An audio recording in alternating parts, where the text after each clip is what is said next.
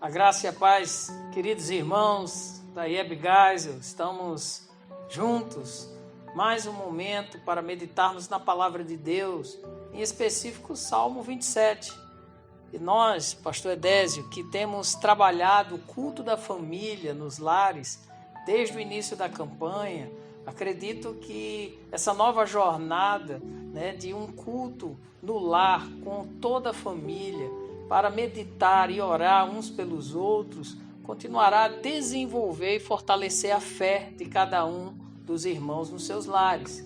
E nós cremos e temos perfeita convicção no Senhor de que Ele nos abençoará todos os dias de nossas vidas, como temos meditado e estudado também nos outros salmos.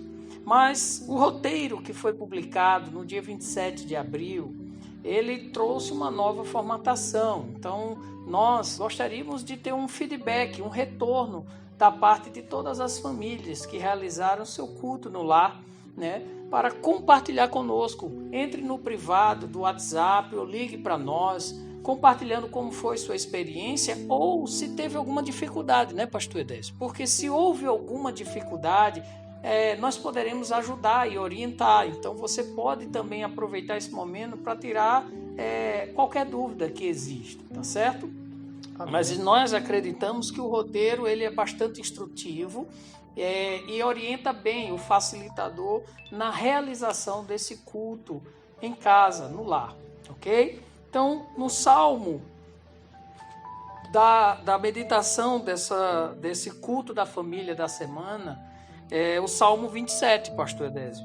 E o Salmo 27, um salmo de Davi. Sim. E logo no primeiro versículo, ele apresenta o Senhor, como sendo a luz de Davi, a salvação de Davi. E por duas vezes ele faz uma pergunta: de quem terei temor, de quem terei medo? Pergunto, pastor Edésio, será que Davi ele estava tendo algum conflito? Ele estava em dúvida se realmente confiar em Deus com a sua luz e ao mesmo tempo falar se ter medo ou de quem eu terei medo? Será que ele estava realmente com medo ou não estava? Como é que você entende esse momento aí do salmista? É bem interessante. A estrutura do salmo traz aí um formato de uma canção com, nós poderíamos dizer até com estrofes, ou seja, com algumas partes, sendo cantada. Então ele faz essa introdução aí no salmo, mostrando uma convicção que ele tem da pessoa de Deus. Mas como o pastor Natalice falou, é interessante que ele faz aí duas afirmações. A primeira afirmação com duas realidades interessantes, Deus sendo luz e sendo salvação, mas ele faz uma indagação sobre o medo, de quem terei medo, E no segundo momento aí do primeiro versículo ainda, ele vai afirmar na sua afirmação que Deus é a fortaleza da sua vida, e ele faz também uma indagação: a quem temerei? E é bem interessante que algumas pessoas, ao ler os salmos, têm na sua mente que Davi era um rei poderoso, um rei que não tinha medo de nada, que ia para a batalha. Aqui no salmo, nessa introdução, ele não está dizendo que não tem medo, tá? Mas ele está dizendo que Deus é a sua luz, a sua salvação, a sua fortaleza. E o medo aqui, de fato, pode ser algo existencial na vida do salmista, mas ele está mostrando que Deus com ele vence o medo. Ou seja, nós poderíamos até dar um tema para esse salmo. Na sua estrutura, nós vamos observar que ele, fazendo essa introdução com tanta convicção, mas nós poderíamos dizer que o tema seria assim: com Deus nós vencemos o medo. Tá? Então, se você é uma pessoa que tem medo, e observar esse salmo, ele vai ajudar muito a sua vida no que diz respeito a vencer o medo. Tá? Então, existem alguns momentos em que o salmista vai mostrar que ele sofreu pressões internas e pressões externas também. E no decorrer dessas suas essa sua pressão, ele vai desenvolver aqui nesse salmo algo dentro da convicção, mas também apresentando uma realidade pessoal, pastor Natalício. Amém. Aparece também dentro do Salmo 27 justamente os inimigos que pressionavam ele, né? As espreitas com falsidade para tentar derrubá-lo. Mas é interessante o versículo 4, eu salto em destaque o versículo 4, né? Que ele vai dizer ao Senhor: uma coisa pedi ao Senhor e é o que procuro, que eu possa viver na casa do Senhor todos os dias da minha vida. Parece até que o salmista está tendo algum conflito em relação à sua salvação, no sentido de que ele precisa fazer algo para alcançar a salvação. Será que é isso que o salmo quer dizer no verso 4? Ou, na verdade, tem uma peculiaridade por trás desse versículo, pastor Edésio? Olha só, pastor Natalício, queridos irmãos, observe na estrutura, como eu já falei, nós poderíamos dividir esse salmo pelo menos em duas grandes partes. Nessa primeira parte, nós vimos aí logo no início que ele faz um louvor a Deus, ele apresenta a pessoa de Deus, até o versículo 3. Do versículo 4 em diante agora, ele vai apresentar dentro desse louvor, dessa canção, tá, um desejo que ele tem no coração. Ou seja, ele apresenta Deus, apresenta aí a pessoa de Deus, a confiança que ele tem, Deus sendo luz, sendo a salvação, sendo a fortaleza, e dentro dessa perspectiva de relacionamento com esse Deus que supre todas as necessidades do salmista, ele está fazendo um pedido a Deus. E não um pedido pequeno, uma coisa assim, não, eu quero um carro, eu quero alguma coisa, eu quero um emprego melhor. Ele está pedindo a oportunidade, como se fosse uma oportunidade de morar, de estar na presença de Deus todos os dias da sua vida, como ele descreve: uma coisa peço ao Senhor e a buscarei, que eu possa morar na casa do Senhor todos os dias da minha vida, para contemplar a beleza do Senhor e meditar no seu templo. Esse pedido, pastor Natalício, não é um pedido assim, como se ele estivesse se esforçando para encontrar Deus como luz, como salvação e como fortaleza. Não, porque ele já faz a sua afirmação no início. Mas aqui ele faz esse pedido, mas como alguém que faz parte de um organismo vivo. Ou seja, ele quer viver a sua vida dentro de uma identidade compatível com um filho de Deus, tá? Compatível com o nome do seu pai. Então, ele vai dizer o seguinte, versículo 5, versículo 6, vai concluir essa segunda estrofe dizendo o seguinte: pois no dia da adversidade ele me ocultará no seu pavilhão, no recôndito do seu tabernáculo me acolherá, elevar-me-á sobre uma rocha. Esse prazer de estar na presença de Deus também ter segurança, ser guardado. Mas no versículo 6 ele diz: agora será exaltada a minha cabeça acima dos meus inimigos que me cercam. No seu tabernáculo oferecerei sacrifício de louvor. Observe aí que a parte B do versículo 6 vai mostrar a atividade desse salmista, desse homem de Deus, vivendo a sua identidade. Ele não está aqui com dúvida de que ele é salvo ou ele vai alcançar a salvação. Há uma possibilidade, mas como alguém que já é ungido pelo Senhor, escolhido por Deus, alguém que vive na presença de Deus, é alguém vivo, é alguém que tem vida, que tem uma vida ativa, e essa vida ativa é diferente daquela vida que vive descansado em casa, escuta uma pregação de um culto online, no canal não sei quem, no pastor fulano, e fica dentro de casa sem relacionamento, sem contato com as pessoas, sem exercitar a sua fé. O apóstolo Paulo, escrevendo aos Filipenses, capítulo 2, ele vai aconselhar os filipenses a viver essa fé. E ele diz assim: antes desenvolver a vossa fé com temor e tremor. Quando ele diz antes desenvolver, ele está dizendo que ao invés de viver uma vida relaxada, uma vida sem atividade, ele põe em prática uma atividade de alguém que está vivo e que o que ele espera é algo que tem convicção no seu coração. Logo, ele está desejando, enquanto ele busca esse encontro, ele aguarda esse encontro de ver a face de Deus todos os dias da sua vida, ele quer servir a Deus no templo, no tabernáculo, oferecendo sacrifício de júbilo.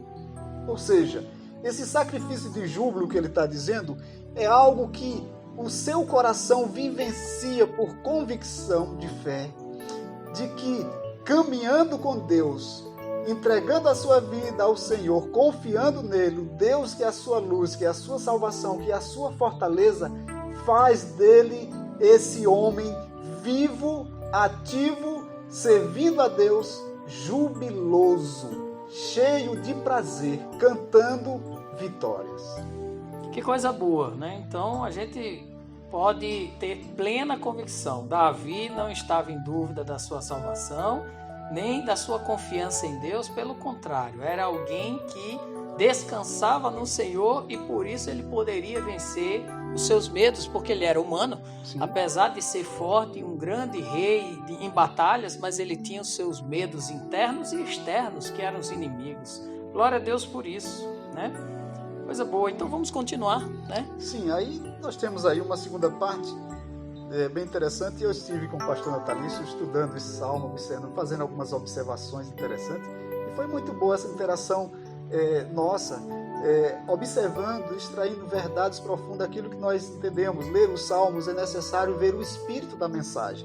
Então, a partir do versículo 7, nós observamos que há uma segunda parte, grande parte desse salmo, que se divide em alguns pontos.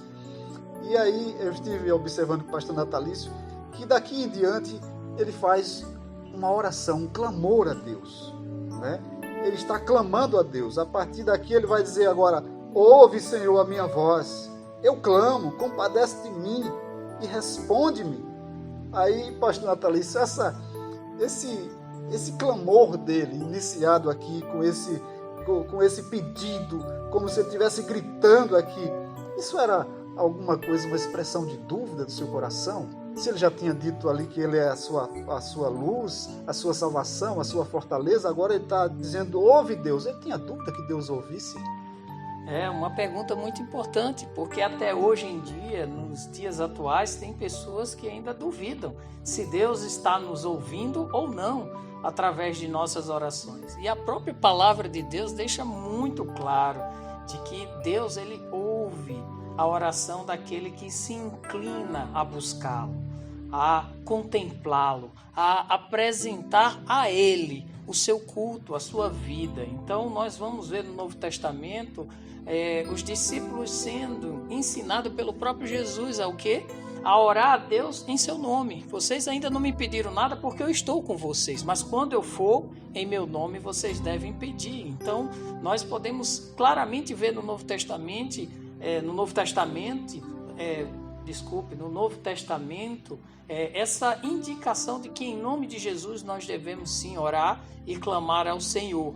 Mas o salmista Davi, ele faz esse pedido a partir do versículo 7, né, chamando a atenção de Deus à sua angústia, ao seu sofrimento, porque os inimigos estavam à sua espreita e ele desejava ter de Deus a sua resposta, né, o seu socorro.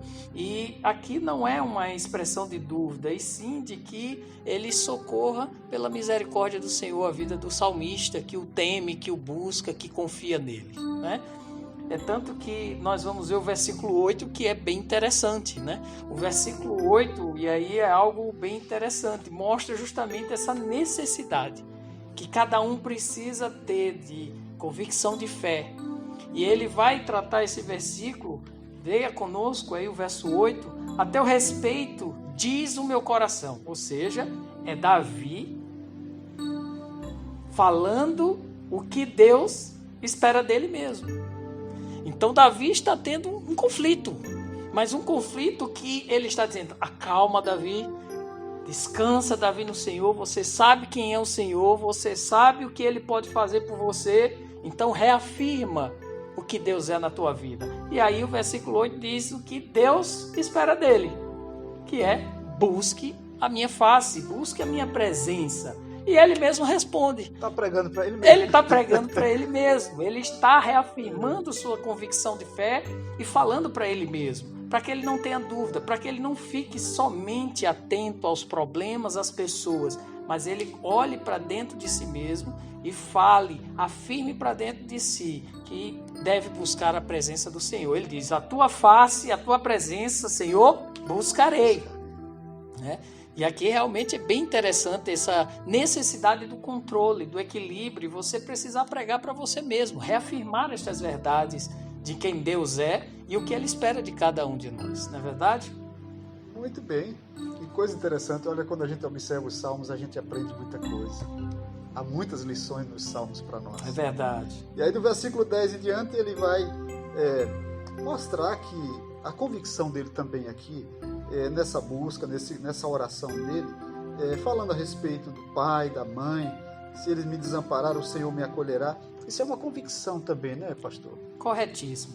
Né? Você percebe o quanto que ele está usando como comparativo, talvez o que nós tenhamos de maior representatividade da presença de Deus no lar, que é através do pai e da mãe, esse reflexo de Deus sendo apresentado pelo papel dos pais. Até porque tem pessoas que dependem tanto dos pais que, porque perdeu o seu pai ou não conviveu com seu pai e usa isso até para se trancar, né? Se ficar fragilizado, tem aquilo como uma atitude comiserável, né? Ou seja, de comisseração, um sofrimento interno. Uma justificativa para viver da forma como está vivendo, né?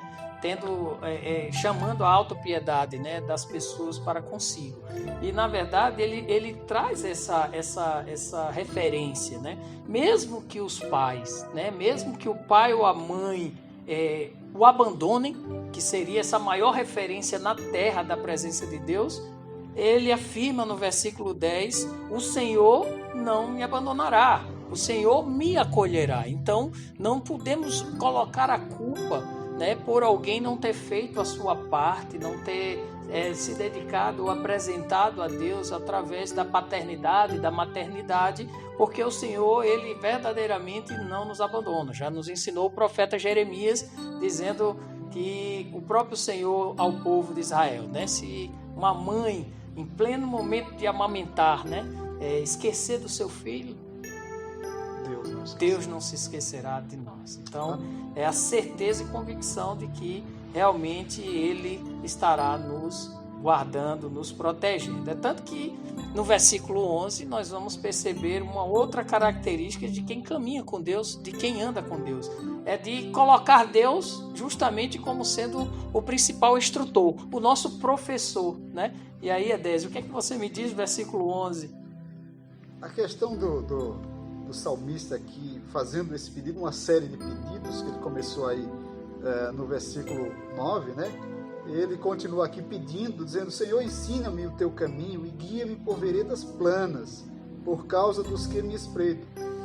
A ideia de que Deus mostrando o caminho correto, ele não cairia nas mãos dos seus adversários. E os adversários de Davi eram muito, afinal de contas ele era o rei mais famoso, era alguém que tinha uma pompa, uma estrutura econômica, militar, desejável e invejável. Então, ele era perseguido, o seu trono era usurpado até pelos seus familiares. Mas por onde caminhar para se desviar desses inimigos que eram constantes sobre a sua vida? Era Deus guiá-lo pelo caminho, pela a vereda plana. A vereda plana aqui é um lugar sem obstáculo, sem erro, aonde ele vai caminhar sem tropeçar, um lugar plano, né? Então ele está aqui fazendo mais um pedido e dizendo assim: não me deixe à vontade dos meus adversários, pois contra mim se levantam falsas testemunhas e os que respiram crueldade. É exatamente um caminho que alguém precisa para fugir do inimigo, né? mas estar na presença de Deus por um lugar plano. Não é um lugar qualquer, mas um lugar plano. Amém. E aí, na conclusão do Salmo 27, percebemos já uma outra atitude bem clara e demonstrável nos versículos 13 e 14. No versículo 13, ele vai justamente romper com tudo aquilo que ele já falou. Ele disse, apesar de tudo isto, ou seja, desses inimigos que estão às espreitas, respirando violência, estes que querem, como adversários, tomar o trono de Davi, né? Ele vai dizer, apesar de tudo isso, ele tinha uma convicção, uma certeza. E ele diz que viverá para ver a bondade do Senhor na terra. Né? E que terra é essa? Né? Em que contexto é esse que ele está dizendo? Algo que é do futuro, algo que é na eternidade? Ou ele estava convicto de que ainda em vida ele presenciaria a bondade de Deus, o cuidado de Deus, como nós já estudamos em outros salmos, né? O socorro do Senhor em ouvir a oração e o clamor dos seus servos. E aí nós vemos, pastor Edésio, no versículo 14, o salmista já mudando um pouco a sua área de atuação. Algo que era muito pessoal, introspectiva da sua realidade, agora já é alguém que está podendo ensinar, né? Alguém que está podendo orientar, aconselhar outras pessoas. O que é que você me fala sobre o versículo 14? Todos aqueles que somam experiência na vida, eles de fato se tornam conselheiros. E aqui Davi, ele termina aqui esse salmo como um conselheiro, alguém que venceu as tribulações, os desafios da vida, e agora ele é um conselheiro nato aqui. Ele vai mostrar o seguinte, ele vai dizer, olha, espera pelo Senhor, tenha bom ânimo, fortifique-se o teu coração, espera, pois, pelo Senhor. Queridos, qualquer momento que nos leve a uma possível depressão, a uma tristeza, as opressões do mundo, as perseguições, de fato vão mexer com o nosso interior e vão nos fazer sensíveis à dor, ao sofrimento. Mas o salmista nos ensinou a vencer o medo. E a vitória do salmista, do versículo 13, que o pastor Natalice falou, o faz agora no versículo 14 um conselheiro de verdade, aconselhando agora a nós que somos os leitores da palavra de Deus. E isso é uma riqueza maravilhosa. Que Deus abençoe vocês e medita no Salmo. Ele tem muito a lhe ensinar, não é, pastor Natalice? É verdade, Edésio. Queridos irmãos, então chegamos aqui ao fim do Salmo 27, desse compartilhar, desse bate-papo. E como já temos dito desde o início do vídeo, né?